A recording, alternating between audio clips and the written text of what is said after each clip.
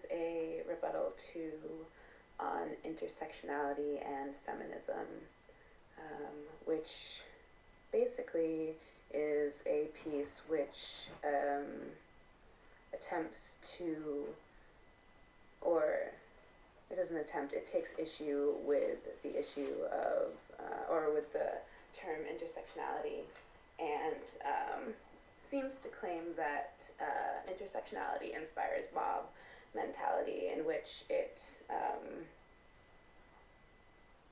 persecutes the individual for the sake of various subgroups. And it seems as though the writer would like everyone to homogenize. So I have a few points I would like to address, but the first point is the take on intersectionality.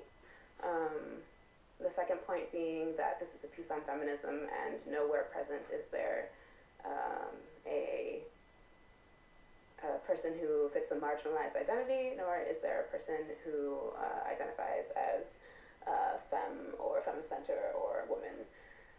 Quoted in this piece, the person who was zeroed in on is Karl Marx, who is a cis white male. So intersectionality. Intersectionality was a term that was coined by Kimberly Crenshaw in I believe it was 1989, and the reason that she coined this term was to point out the various ways in which the Black woman has been oppressed systemically throughout our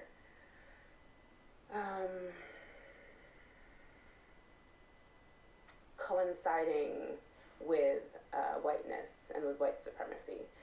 It pointed out the ways in which slave mentality has continued to affect Black communities and Black women, as well as Black men, behaviors and ideas that were learned by white slavers and taught both to Black men and by extension, and not by extension, by direct effect to Black women.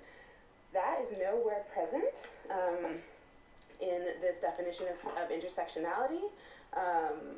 It seems that the writer would like us to believe that the purpose of intersectionality is just to identify different subgroups.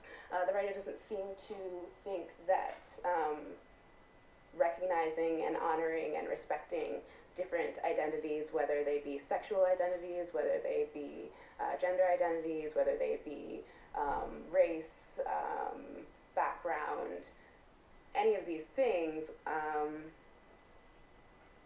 these things seem to be unimportant to the writer, and I would argue that in order to move forward peacefully, which I would also interrupt and say that this interaction of, or this interruption of white supremacy is just like a blip in the whole realm of human history.